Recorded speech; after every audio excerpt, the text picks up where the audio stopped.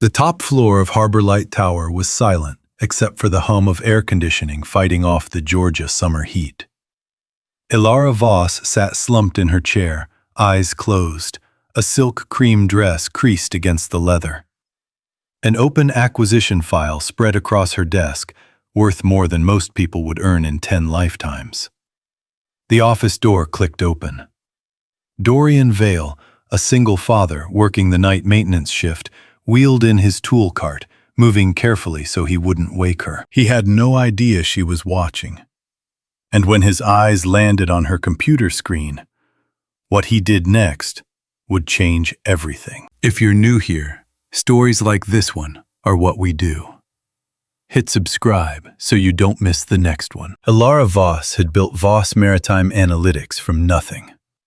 Not from family money, not from a network of well-placed connections, but from 7 years of relentless work, 3 maxed-out credit cards, and a conviction that the global shipping industry was hemorrhaging billions of dollars every year, simply because no one had bothered to build the right software. She had bothered. By the time she was 34, her platform could predict optimal green shipping routes, reduce port fuel consumption by up to 22%, and cut carbon emissions across major international terminals. By the time she was 39, Voss Maritime Analytics occupied the top 3 floors of Harbor Light Tower, a gleaming glass building on the Savannah waterfront, where the afternoon sun turned the river gold, and the air smelled like salt and ambition. That was the version of the story she used to tell at conferences. The version she lived now was different. For nearly a year, Voss Maritime Analytics had been bleeding. Not visibly, not in the way that made the news, but quietly, surgically, in the way that only happens when someone on the inside knows exactly where to cut. Contract after contract had gone to Blue Harbor Dynamics, a competitor that had emerged from relative obscurity 18 months ago, and somehow repeatedly managed to underbid Voss by margins so precise they defied coincidence. Blue Harbor's proposals didn't just beat hers, they mirrored hers. The same algorithmic modeling frameworks, the same tiered port deployment strategies, the same client segmentation language she had spent months developing with her team. The resemblance was not inspiration. It was theft. Ilara knew it. She just couldn't prove it.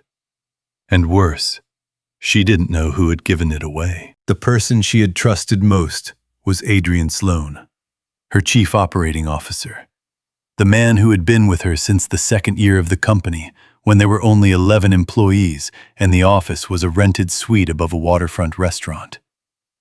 Adrian was polished in the way that reassured investors. Steady voice, precise language, a talent for making chaos seem manageable. He had held the operational side of the company together through 2 rounds of funding and 1 near-catastrophic server breach in 2021. Ilara had never had reason to doubt him, but doubt once seated grows without permission. In the past 3 months, she had noticed things she hadn't let herself name. The way certain meeting summaries arrived in Adrian's inbox before she had finished distributing them. The way Blue Harbor's response times to RFPs had shortened to match Voss's internal preparation cycles almost exactly. The way Adrian always seemed mildly, almost imperceptibly unsurprised when they lost another bid. He never pushed back on the losses. He never expressed frustration or demanded accountability from the business development team. He absorbed each defeat with the calm of a man who already knew it was coming. She hadn't confronted him. She had no proof. And in the absence of proof, confronting the man who ran her operations would be catastrophic. It would fracture the leadership team, accelerate the company's decline, and hand Adrian's lawyers a narrative about a founder cracking under pressure. So instead, she waited. And she watched. Dorian Vale had learned the hard way that the wrong kind of visibility could destroy a man's life. He was 35, lean from years of physical work, with calloused hands and the patience that develops in people who are responsible for a child and have no backup plan. He had grown up in coastal Georgia, the kind of background that meant he understood humidity, manual labor, and the silence of rooms where people like him weren't expected to have opinions. Before Harbor Light Tower, he had been a systems security engineer at a mid-sized logistics firm in Atlanta. He had been good at it, genuinely good. The kind of engineer who could read anomalous network behavior the way other people read body language. In 2019, he discovered that 2 senior directors at the firm had been falsifying shipment data to collect insurance payouts on cargo that had never been damaged. He reported it internally. The internal investigation quietly redirected itself toward him. By the time it was over, he had been terminated for unauthorized access to restricted financial records. His professional references had been poisoned, and the 2 directors were still employed. He moved back to Savannah. He found work. He raised his daughter Cora, who was 7 now, and liked drawing sea turtles and asking questions he didn't always know how to answer. He took the night maintenance shift at Harbor Light Tower because the hours worked around her school schedule, and because no one there expected anything from him except that the air conditioning functioned and the elevators didn't break down. It was a small life. He had made his peace with it. Most nights, Dorian moved through the upper floors quietly and without acknowledgement, checking pressure gauges, replacing filters, logging fault codes, returning everything to working order before the executives arrived in the morning. The people who occupied these offices did not think about who maintained them. That invisibility had once felt like diminishment. Over time, he had come to understand it differently, as a kind of freedom.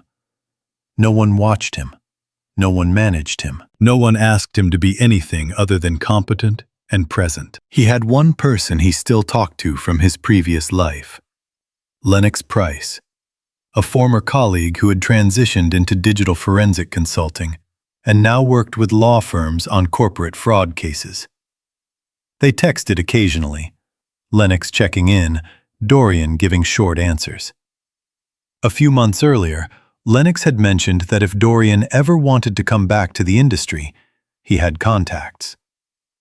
Dorian had read the message on a Tuesday morning while waiting for Cora's school bus, thought about it for the rest of the day, and then put it away without answer. He wasn't ready to trust a system that had already broken him once. The night everything changed started with rain. A brief summer storm rolled in off the Atlantic around 10 o'clock, lasting less than 20 minutes, but leaving the tower's exterior glass streaked with water that caught the city lights in long dissolving lines. The storm cooled nothing. By midnight, the humidity had returned in full, pressing against the building's glass skin like something that refused to be kept out. Inside, the air conditioning hummed. On the 41st floor, Elara Voss had not gone home. She had received an automated security alert at 9:17 that evening, a flag from the company's internal monitoring system, indicating anomalous data access activity occurring between 1 and 4 in the morning over the past several weeks. The alert was specific file categories, timestamps, a single account identifier. She had stared at it for a long time before deciding what to do. She didn't call her security team. She didn't call legal. She understood that moving through official channels meant the information would reach Adrian before any investigation could be properly contained. Instead, she turned her monitor so it faced the door at a readable angle, opened the access log to its most visible view, and settled back in her chair with her eyes closed. It was the plan of a woman who had run out of people she was certain she could trust. She left the screen unlocked deliberately, the data visible on purpose. A passive arrangement, not a trap exactly, but an opening. She wanted to observe how someone behaved when they believed no one was watching, whether they would take something that wasn't theirs, whether they would ignore something that demanded attention, or whether, in the rarest possible outcome, they would act on what they saw. She had no way of knowing who would walk through that door. She had no reason to expect it would matter as much as it did. At 2 in the morning, the door clicked open on a maintenance keycard. Dorian had received an automated fault alert at 1:58. A temperature irregularity in the HVAC return duct on 41. Minor, but logged.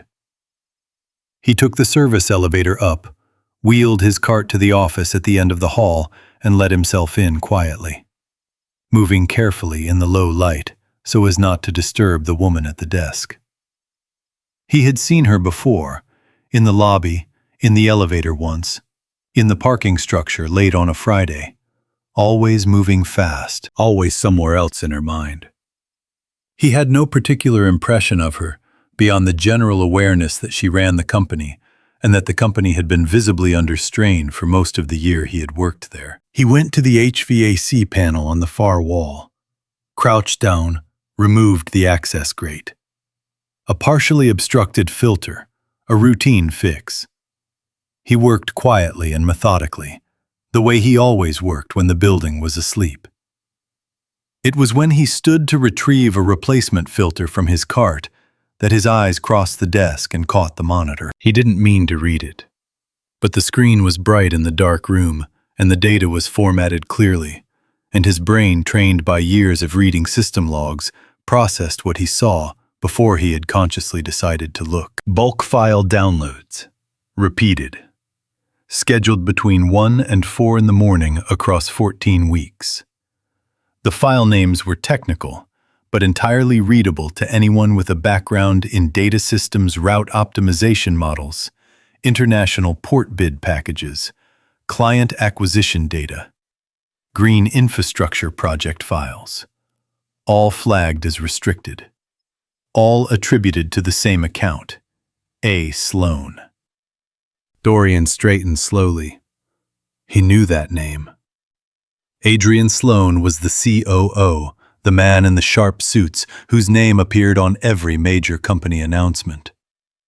The second most powerful person in this building. And his account had been systematically stripping the company's most valuable data for 3.5 months. Dorian stood very still. The replacement filter sat in his hand. The monitor cast a pale rectangle of light across the desk. On the chair, Ilara's chest rose and fell with the slow, even rhythm of sleep. He understood exactly what he was looking at. He understood what it would mean to act on it. He also understood with the bone-deep clarity of a man who had already paid the full price of getting this wrong once, that the window for doing something was open right now and would not stay open indefinitely. He reached into his pocket and took out his phone. He photographed every visible line of the access log, the timestamps, the file names, the account identifier. He checked each image to confirm it was legible. He worked without rushing, without panic, with the focused steadiness of someone who had decided before his hands started moving. When he was finished, he replaced the HVAC filter, secured the access panel, and gathered his tools. Behind him, Ilara sat perfectly still in the faint glow of her monitor. She had heard the soft, deliberate sound of a phone camera shutter firing 6 times in the dark. She had counted each one. She did not move. She did not open her eyes.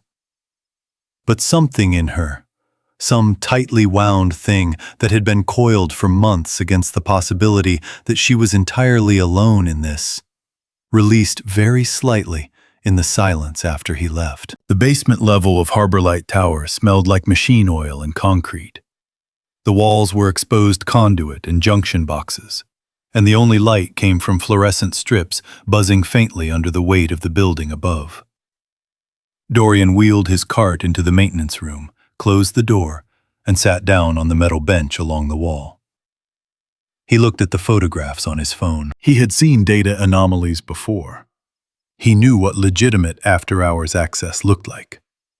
This was not that. The pattern on Ilara's monitor was too consistent, too deliberate, too precisely timed to avoid the building's peak monitoring windows.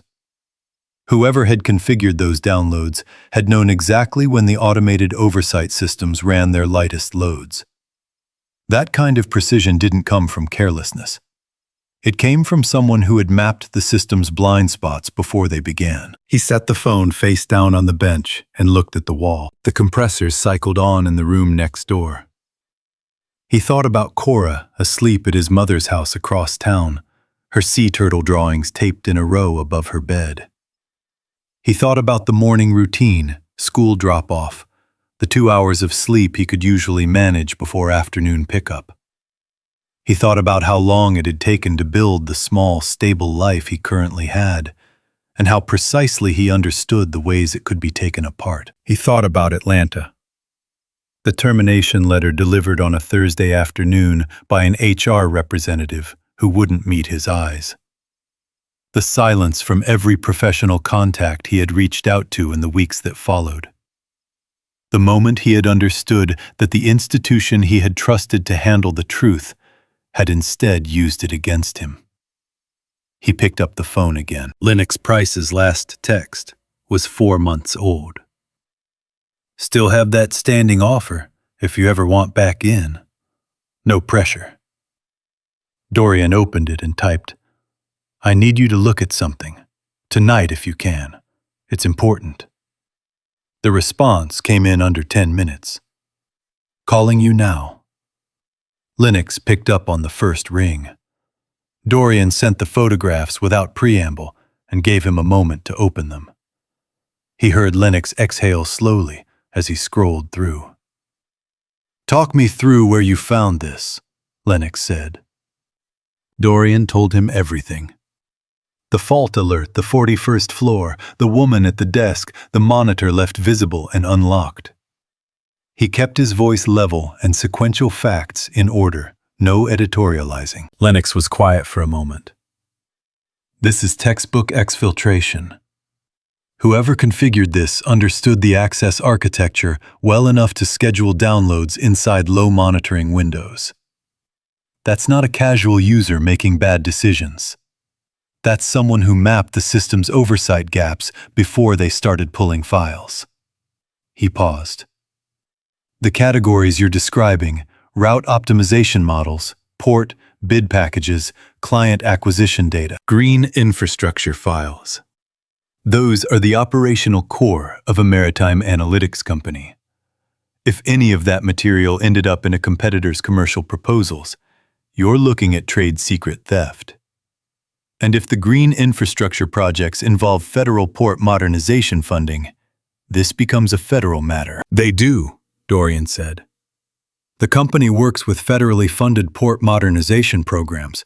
I've seen the contract notices posted in the lobby. Then the right agency is going to move on this faster than a standard corporate fraud referral. A brief silence. Dorian, I have to say this. If you submit this and the target has resources, there's a version of this where the narrative gets flipped.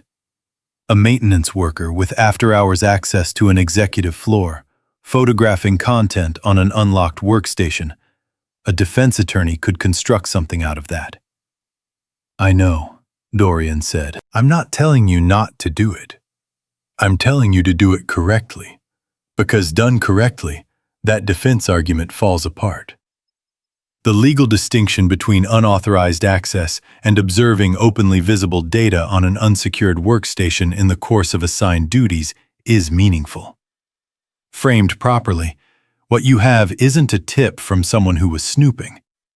It's a documented report from a building employee who encountered anomalous data on a visible, unlocked screen and took responsible action. He paused. I know how to write it so it lands, and I know which channel to send it through. Do it, Dorian said. They worked through it together over the next 40 minutes. Lennox drafted the submission with the precision of someone who had spent years translating raw evidence into documents that investigators could act on. He stripped out any detail that could identify Dorian while retaining everything necessary for investigators to verify the core claims independently. When the draft was complete, he read it aloud. Dorian confirmed each factual detail. They made 2 small adjustments and 1 correction to the file category terminology. "I'm going to put my name on the professional cover letter as the submitting consultant," Lennox said. "That gives the referral credibility and moves the exposure further from you." Dorian was quiet for a moment. "You don't have to do that." "I know." A brief pause. "Some things are worth doing because they're right. You already know that better than I do.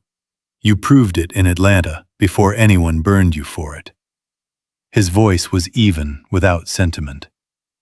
"I'll route this tonight." After he hung up, Dorian sat in the maintenance room a while longer. The fluorescent light buzzed.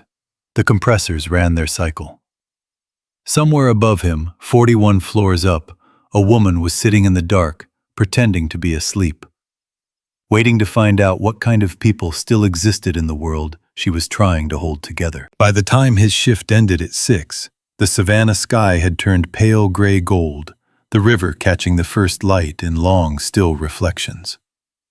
Dorian drove home, checked on Cora, made coffee, and sat at the kitchen table without drinking it. On the 41st floor, Ilara had spent the remainder of the night pulling every access record she could reach from the company's internal security dashboard. What she found was worse than the alert had suggested. Adrian's account had initiated 437 discrete file access events over 16 weeks. The downloads were clustered with unsettling precision, never during business hours, never on audit days, always in the narrow window between 1 and 4 in the morning. She cross-referenced the dates against Blue Harbor Dynamics' known contract wins. The correlation was not ambiguous. 9 of the 11 contracts Blue Harbor had taken from Voss in the past year had been awarded within 2 weeks of a significant download event.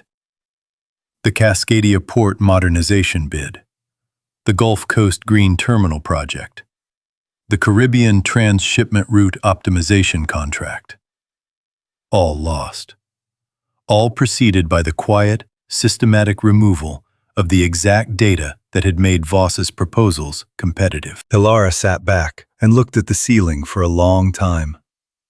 She had given Adrian Sloan access to everything she had ever built, the architectural frameworks, the client relationships, the strategic models that existed nowhere else in the industry. She had trusted him the way you trust someone after years of shared difficulty, when the idea of betrayal stops feeling like a live risk. She understood now what she had actually been doing for the past year. She had not been running a company. She had been presiding over its controlled demolition, designed and executed by the person standing closest to her, using the access she had granted him freely and without condition. The acquisition file was still open on her desk. The board had scheduled a meeting for 10 o'clock that morning. Several members had already communicated their intention to push for an immediate signature. Ilara closed the file. She didn't call Adrian. She didn't call legal. She changed into the spare clothes she kept in the cabinet off her office, made herself a coffee in the hall kitchen, and sat back down at her desk. She had one thing she had not had yesterday: the knowledge that someone outside her leadership team had seen what she had seen, understood what it meant, and chosen to act rather than walk away. The boardroom on the 40th floor had floor-to-ceiling windows that made the Georgia summer feel like it was pressing against the glass. By 9:45, the room was bright and airless, and the board members who had arrived early sat with their jackets off and their expressions carefully controlled. People who had been managing a prolonged crisis and were ready for it to reach a conclusion. Adrian arrived at 9:50 with 2 cold brew coffees and the composure of a man who had already decided how the morning would end.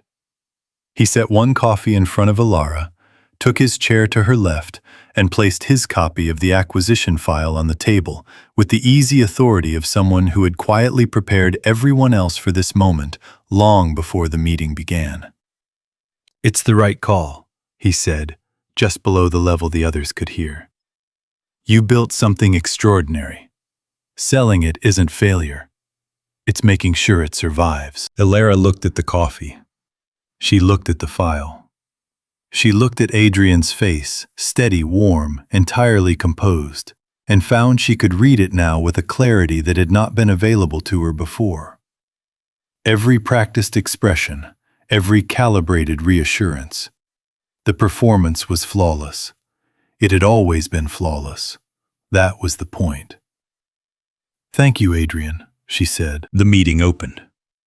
The board laid out the financial position, liquidity constraints, debt service obligations, 12 months of lost contracts. Gerald Park said the company had two options: sell now or face a distressed sale within 6 months.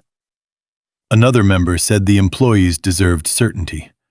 Adrian nodded at each point with measured gravity, the loyal officer bearing witness to a necessary retreat. The acquisition documents were placed in front of Ilara. A pen slid across the table. She picked it up. Outside the glass, the Savannah River moved through the summer heat, slow and indifferent. Ilara held the pen above the signature line. The tip hovered a half-inch from the paper. She thought about Dorian Vale in the basement of this building, sitting in the dark with photographs on his phone, making a decision that had no upside for him and every possible downside. She thought about what kind of person looks away and what kind of person doesn't. The boardroom door opened. She was not what anyone in the room had expected. Mara Ellison was in her early 40s, with the stillness of someone accustomed to walking into rooms where people were hoping she wouldn't. She wore a dark blazer over a gray shirt, no badge on display. Just the quiet authority of someone who didn't need visual confirmation of her credentials. 2 agents followed her in and positioned themselves near the door. The way they moved, unhurried, precise, made the boardroom feel smaller than it had 30 seconds ago. "I'm Special Agent Mara Ellison, FBI, Economic Crimes Unit. I have a court-authorized warrant to examine the digital records, communication logs, and financial accounts associated with Adrian Sloan, Chief Operating Officer of Voss Maritime Analytics." She placed the warrant on the table, face up, where everyone could see it. "I'll need the room cleared, except for Ms. Voss and Mr. Sloan. Everyone else, please wait in the corridor." No one moved for 3 full seconds. Then Gerald Park pushed back his chair, and the others followed in silence, and the sound of the door closing behind them was the quietest thing Ilara had heard all morning. Adrian had not moved. His hands were flat on the table, his coffee untouched. His expression was engaged in the visible work of assembling itself into something that looked like confusion. "There must be a mistake," he said. "I'd like to contact our legal team before we go any further." "You're welcome to do that," Ellison said. "The warrant is valid regardless." She nodded to one of the agents who moved to the room's network terminal. "Mr. Sloan, we received a documented report 48 hours ago, outlining a pattern of unauthorized bulk data downloads from Voss Maritime Analytics restricted file system, all attributed to your account credentials spanning 16 weeks. That report was accompanied by time-stamped access log data and a professional forensic summary prepared by a licensed digital investigations consultant. We've spent 2 days independently verifying the core claims. We've verified them." Adrian turned to Ilara. The composure was still present, but something structural behind it had shifted the way a surface looks in the seconds before it gives way. "Ilara." His voice dropped lower. "Whatever you think you found, whatever someone told you, I want you to hear my side before—" "I didn't find anything," Ilara said. She held his gaze without difficulty. "Someone else did." It was the first time in months she had felt entirely present in a conversation with him. Not managing him, not reading him, not trying to determine what was true behind what he was saying. Just present and clear and finished. Ellison continued. The preliminary evidence includes 437 discrete file access events over 16 weeks, the majority between 1 and 4 in the morning, during periods of reduced automated monitoring. The file categories involved correspond directly to proprietary materials that subsequently appeared in Blue Harbor Dynamics commercial proposals during the same period. We've also identified wire transfers, totaling approximately $240,000, routed through a Florida-registered LLC to a personal account connected to you. She set a printed page in front of him. You don't have to respond now, but I'd strongly encourage you to contact your attorney immediately. The room was perfectly silent. Adrian looked at the page for a long time, the expression of a man reading a document that has already been written about him, in which he recognizes every word. Then he looked at Alara one final time, not with anger, not with calculation, but with something that might have been, in another version of his character, the closest approximation of remorse available to him. She did not look away. He straightened his jacket with a motion that looked automatic rather than intentional, and walked to the door without speaking. One of the agents followed him out. Ellison looked at Alara. The acquisition meeting will need to be postponed pending the investigation. Someone from my team will contact your legal department this afternoon. A brief pause.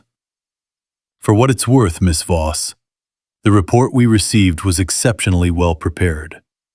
Whoever put it together understood exactly what they were looking at. I know who it was, Alara said quietly. She already did. She had known since she counted 6 shutter clicks in the dark. The investigation moved with the momentum of a case that had arrived fully formed.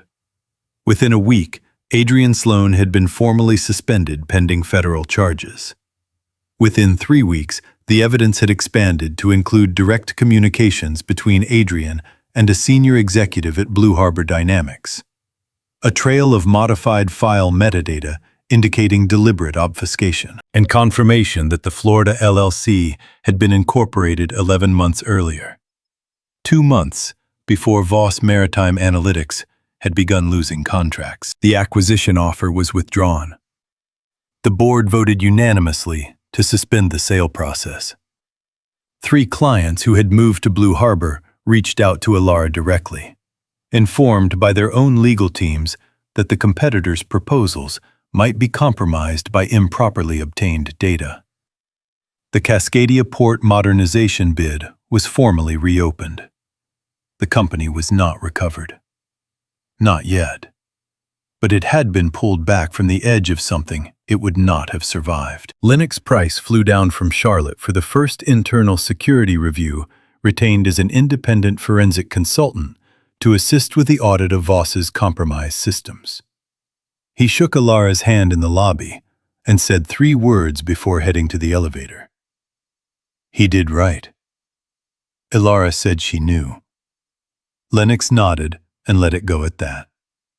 He went on to serve as a formal consultant to the new security division, his role in the original referral, establishing the kind of quiet, professional credibility that comes from being on the right side of something that matters. 3 weeks after the boardroom, on a Thursday afternoon, when the summer heat had softened into something almost bearable, Alara took the service elevator to the basement for the first time since she had moved into the building. The contrast with the upper floors was total fluorescent light, the smell of metal and coolant, the ambient noise of the building's mechanical systems doing the unglamorous work that made everything above possible.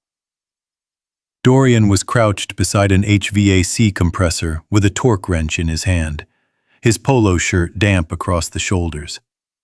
A lunch container sat on the workbench beside him, packed and ready for Cora's after-school pickup in 2 hours. He heard her step off the elevator and stood, not with surprise, but with the attentiveness of someone who had been expecting this conversation and had simply been waiting for it to arrive. Alara stopped a few feet away and looked at him directly. She had passed this man in the lobby, and the elevator, and the parking structure more times than she could accurately count. She understood now, with a clarity she found uncomfortable, that she had never once actually seen him. "I know it was you," she said. "Lennox told me enough for me to understand how it happened. I'm not here to ask for confirmation." She paused. "I'm here because I owe you an honest conversation, and I've been putting it off because I wasn't sure how to have it without it sounding like something it isn't." Dorian set the torque wrench on the workbench and waited. "When I set up that night," Ilara continued, "I told myself I was running a test. I wanted to see how someone would behave when they thought no one was watching.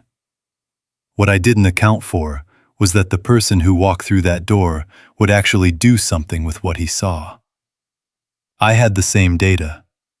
I sat in that room for 4 hours after you left, going back and forth about whether to move on it, or protect the acquisition timeline, or wait for legal to give me a cleaner path."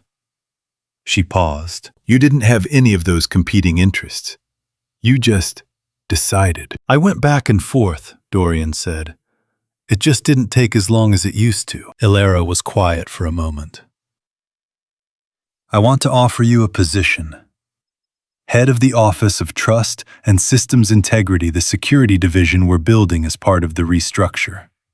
Senior role, full compensation, the authority to build the team and the protocols from the ground up without interference from the executive floor." She held his gaze. "This is not a thank you payment. If I wanted to thank you, I'd write a check and leave you alone. I'm offering you this because you were the most qualified person I've encountered for the specific problem I'm trying to solve. I need someone in that role who cannot be bought, cannot be impressed by titles, and will not look away from something that needs to be reported." Dorian looked at her steadily. "You don't know me well enough to say that." "I know what you did in Atlanta," she said. "I know what you reported, and I know what it cost you. And I know you've been working nights in this building for a year because the industry you were trained in closed its doors to you after you told the truth inside it." A pause. "I'm not asking you to trust the system again. I'm asking you to help me build one that deserves to be trusted." The compressors ran. The fluorescent light buzzed. Dorian picked up the lunch container and placed it in his bag. He looked at the ceiling for a moment, not evasively, but with the stillness of a man taking inventory of something internal before he speaks. "I'll think about it," he said. "That's all I'm asking," Ilara said. She took the service elevator back upstairs. 4 days later, at 8, on a Monday morning, Dorian called the main office number. Ilara's assistant put him through immediately. "I'll take the position," he said. "One condition." "Name it." "The protocols we build apply to everyone. No carve-outs for senior leadership. No exceptions based on tenure or title. If the system flags an anomaly, it gets reviewed, regardless of whose account it's attached to." "That's not a condition," Ilara said. "That's the job description." A brief silence on the line. Not awkward, but the kind of quiet that settles between two people when something has been established that neither of them needs to repeat. "Then I'll see you Monday," Dorian said. The recovery of Voss Maritime Analytics was not clean or fast. It was 18 months of incremental, difficult work. Rebuilt client relationships, renegotiated contracts, a complete overhaul of the internal security architecture, designed and implemented under Dorian's direction. There were quarters that didn't close the way anyone wanted. There were clients who didn't come back. But the company did not die. 1 year after the night in the boardroom, Voss Maritime Analytics hosted its annual summer reception in the main atrium, a high-ceilinged space of glass and warm light opening onto a terrace above the Savannah waterfront. The evening light came in low and golden, turning the river outside the color of hammered copper. Employees in summer clothes filled the space, the energy noticeably lighter than the previous year. Not euphoric, but genuine. The specific warmth of people who have been through something hard together and come out the other side still standing. Elara stood at the front of the room and spoke without notes. She talked about the night she had pretended to sleep. She was direct about it, why she had done it, what she had hoped to learn, and what it had revealed. Not about the person who walked through her door, but about the assumptions she had been carrying for most of her professional life. She said she had designed a situation to test someone else's character, and what had happened instead was that her own had been tested far more thoroughly than she had anticipated. She talked about what she had spent too many years believing without examining, that the people who mattered most were the ones in rooms that cost something to enter. That integrity was most reliably found in people with titles, credentials, and a visible stake in the outcome. She said she had been wrong about that in a way that had nearly cost her everything she had built. The person who had saved her company had not been in any of those rooms. He had been 40 floors below her, in a basement that smelled like machine oil, working a shift that ended before the building's coffee machines were turned on. She did not point to where Dorian was sitting. She didn't need to. Dorian sat near the back of the atrium, with Cora beside him. Pale yellow sundress, 2 braids leaning against his arm with the comfortable weight of a child entirely certain of where she belongs. She was watching the lights on the river through the glass, occasionally asking him quiet questions about the boats moving in the distance. He had his hand resting on her shoulder. He listened to Elara speak and felt the particular weight of being known in public by someone who had not known you before, the strangeness of a private act being named in a room full of people, and finding that it did not feel like exposure. It felt unexpectedly like being seen by someone who had finally learned how to look. When the formal portion of the evening ended, Elara crossed the atrium toward the back. She stopped in front of Dorian and extended her hand.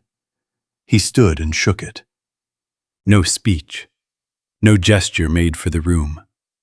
Just 2 people standing in the same warm light in an organization that had been broken and was being rebuilt, understanding that the distance between the 41st floor and the basement had always been a choice, and that someone had finally decided to stop making it. Cora tugged Dorian's sleeve and pointed at the dessert table. He looked down at her and smiled fully, without reservation, the kind of smile that had been finding its way back to his face over the past year, one ordinary evening at a time. "Come on," he said. They crossed the room together, and the evening continued around them, golden and unhurried, the river outside holding the last of the summer light. There's something worth sitting with at the end of a story like this one. Dorian didn't act because anyone was watching. He didn't act because he had something to gain. He acted because he had already learned the hard way what it costs when someone with the truth in their hands decides to look the other way. Most of us will never find ourselves in a boardroom or a basement like the ones in this story. But most of us will face a smaller version of that same moment.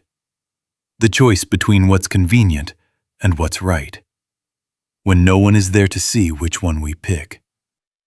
That choice, made quietly and without an audience, is where character actually lives. If this story stayed with you, there are more like it. Here.